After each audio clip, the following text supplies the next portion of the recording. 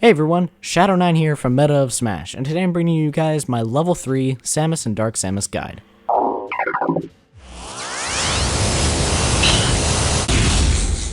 In this level, I'm going to be covering only 2 topics, and if you haven't seen the 2 previous levels, I recommend you go watch those first. With that out of the way, let's jump right in.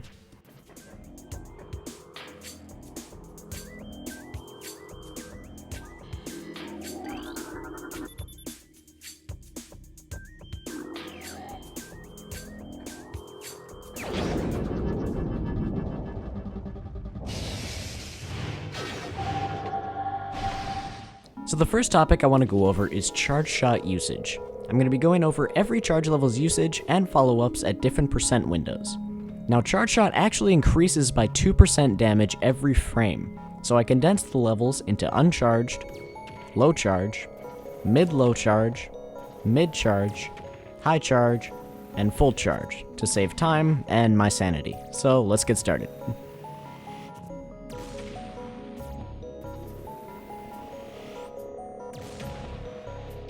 Starting with a percent window of 0 to 25%, uncharged charge shot will mainly be used to knock back projectiles, if at all. This charge level is not safe when shot point blank as well. Low charge will be used mainly for the same things, projectiles, and possibly damage or just stopping an overly aggressive opponent. This level is safe point blank.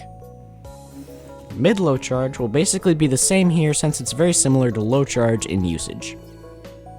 Mid-charge becomes true to grab on the higher end of this percent window. It can also lead into dash attack to knock away opponents, and it's also safe point blank. High charge is true to grab at the lower end of this percent window. Basically, the higher the percent, the lower the charge level should get for follow-ups like grab. High charge is also safe point blank. And full charge should really just be used for putting on damage and snuffing out unsafe landings and approaches. Moving on to a percent window of 25 to 50%, uncharged will still have the same usage except for possible down tilt or forward tilt follow-ups at closer range. Low charge can work for grab and dash attack at the higher end of this percent window and against lighter characters. Mid-low will do the same but may cover heavier characters and lower percents. Mid-charge will be the main setup for grab and dash attack, especially at the start of this window and against heavy characters. High charge can work for grab and dash attack against heavier characters, otherwise it'll just be for positioning and getting damage. And again, full charge will be for damage, approaches, and unsafe landings. The next window is 50 to between 70 and 80%. Uncharged can start leading into down tilt and forward tilt at close range or after a brief run-up. Low charge can lead into dash attack or grab. Mid-low can as well as leading into a forward or down smash. Mid-charge can lead into dash attack, down smash, forward smash, or a jab lock situation depending on their tech, since this charge will start putting them into tumble. More on that later. High charge can work for positioning, adding damage for a kill, catching landings, and approaches. And full charge will start killing light to mid-weight characters at the higher end of this window. At ledge, that is, and especially off stage. It can also work as a punish tool or extra damage versus heavy characters. Now for the final window, 70 to 80% and above, since the options will either start to fade out or just be the same from here on out. Uncharged is now safe point blank and can start to lead into dash attack or grab. Low charge can also confirm into dash attack or grab except for against featherweights. Mid-low can confirm into dash attack and forward smash against mid-light characters. Mid-charge has a lot of options, mainly forward smash if they miss the tech. This will start killing around 80 to 90% depending on their weight. This includes that you land the sweet spot and land the previous charge shot damage. If they tech in place, just be patient and delay the forward smash punish. If they tech roll away, go for a dash attack punish. Forward tilt can also be used here as a safe alternative, possibly against heavier characters. Also, if they tech roll in, you can punish with a forward smash too. It's important that you're reserved with your punish attempts. If you commit too much to one option, it may not work, so don't immediately rush in and take note of where your opponent goes. High charge will start killing lighter characters and killing off stage. It can also be used to add damage to heavier characters. Finally, full charge will turn into a kill option, which can be made more consistent by setting up into it from bombs or catching an unsafe landing, laggy move option, or a landing or roll. Another important thing to note is if your opponent is in this vicinity here, you should be able to land high charge follow-ups for quite a while. However, if you're back here in this general vicinity, don't go for follow-ups that aggressively unless you really know you have enough knockback or your opponent is at low enough percent to get a follow-up. Otherwise, it may be unsafe and not as true to go for a follow-up if you're this far from your opponent. Now I want to cover the tumble percents for charge shot and its levels. Starting off, for lightweights, low charge will send them into tumble at around 95%. Mid-low charge will send them into tumble around 50%. Mid-charge will send them into tumble around 35%, and high charge at around 10%. For mid-weights, low charge will tumble around 100%, mid-low at around 55%, mid-charge around 40%, and high charge around 15%. And for heavyweights, low charge will tumble around 105%, mid-low at around 60%, mid-charge around 45%, and high charge around 20%. If you knock your opponent into tumble, again be aware of the option they choose, and punish accordingly. If they roll away, you can go for a dash attack, grab, or run up aerial depending on the percent. If they tech in place, you can delay a forward smash punish, do a tilt, or a grab. If they miss the tech, punish with a forward or down smash. And if they roll in, at high percents, go for a forward smash. At mid percents, a forward tilt will set up into another tech situation. And grab can work at lower percents to land you a combo.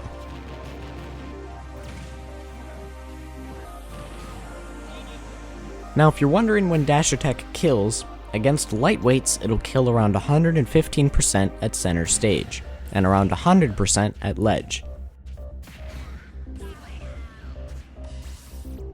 For midweights, it'll kill around 140% center stage, and around 110% at ledge. Finally, for heavy characters, around 155% center stage, and 120% at ledge. However, these do not include rage. Now on a final note, aerial follow-ups from charge shot are very easily avoidable. If your opponent DIs away from a high charge hit at mid to high percent, an aerial punish will be very hard to land and it could easily get you punished. So generally, don't go for an aerial punish from charge shot unless you really think your opponent will DI in. Go for a neutral air or RAR back air at the very least.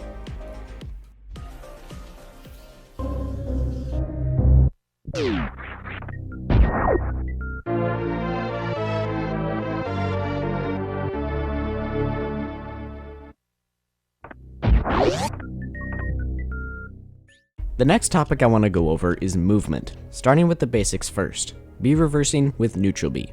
As simple as it might seem, it's a super useful movement option that can help you avoid getting hit unnecessarily. Now real quick, for those of you who don't know how to do this, simply press B to start charging and immediately flick in the opposite direction you are facing on your control stick. This can be done on the ground or in the air to reverse your momentum, or to perform a wave bounce, which I'll cover next. In the air, if you jump a certain direction, let's say to the right, you can B reverse and start charging while falling with full momentum going left instead. This will not use your double jump if you didn't use it beforehand, so you're still able to jump cancel out of the charge if you see your opponent coming towards you. And if you land on the ground, you can just shield out of the charge animation and proceed from there. Never try to land next to your opponent while charging, since it can open you up for a punish and put you in a bad position. However, if your opponent has just thrown out a lag heavy move, you can B reverse or just land while charging to hit them with a quick charge shot. Another application for this is landing. If you're getting juggled or have gotten hit into the air and want to land safely, you can B reverse around your opponent if they try to go for another up air or juggle aerial to keep you up there. This allows you to land and either throw out charge shot to catch their landing, or just shield cancel and return to neutral. Also, you can use this while falling off a platform going in one direction, and be reversing in the opposite direction if you want to reposition yourself, say under your opponent, or to cross up your opponent. Or go for a jump cancel aerial to start a juggling situation, or down B to go for even more movement shenanigans.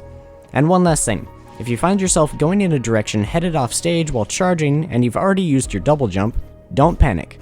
You can just air dodge out towards ledge or just land on stage. Or as a very situational alternative, there's a 2-frame window where you can zare out of this charge if you don't have your double jump, to tether to ledge or possibly cover ground in front of you to prevent a punish. This option shouldn't be heavily relied upon, but it can still be useful to keep on hand. Props to RAS Waves for that one. You can find him on Twitter at RAS_waves. The next movement topic I want to cover is wave bouncing. Now you've probably heard this term before. A wave bounce is mainly performed by first inputting a turnaround special, which can be done by simply flicking your control stick in the opposite direction you're facing, then pressing B, kind of like a B reverse, but in the opposite order. A wave bounce is where after doing the turnaround, you input a B reverse in the opposite direction. So say you're jumping forward, tap left with the control stick, followed by B, then immediately by a B reverse to the right. This can also be done similarly to a RAR aerial, where instead of performing the aerial, you B reverse in the direction you're going instead without utilizing the turnaround special aspect of the first method. However, the first will be a bit more applicable due to it having more opportunities to be used. In general, wave bouncing is going to be used for performing blank approaches, avoiding an aggressive approach option, or just positioning yourself around your opponent. Say your opponent goes for a short hop aerial or a dash attack, you can wave bounce to get out of the way and punish them with a charge shot to the face. This technique can be tricky to master, but it's important to keep on hand, and it could possibly save you a stock in some situations. Finally, the last movement topic is wave landing. Again, an option that doesn't have a whole lot of uses, but still has a few. Wave landing is basically where you air dodge and land on either the ground or a platform, usually sliding a bit depending on the angle you air dodge. This can be used while charging neutral B, so if you're falling down and need to move out of the way a bit to avoid, say, an up air or something, or you see your opponent approaching with an aerial either on the ground or a platform to try and punish your landing charge, you can wave land back or forward to mix them up and punish them with an option corresponding to their position and yours. Sometimes you might not be able to punish, and that's fine. Sometimes wave landing can just be for avoiding unnecessary damage or a bad situation where you're getting juggled. The best way to get consistent with these options is to just go into training mode and practice them. Then try using them in some real matches to get comfortable with applying them into your normal playing mindset. Eventually, you can start doing fancy stuff like this in-game and get a nice clip for Twitter.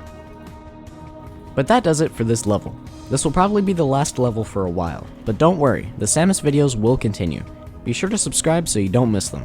Also, I want to give huge props to Waves and Ellipsis for helping out with this video. Be sure to check them out in the description below. Thanks again for watching.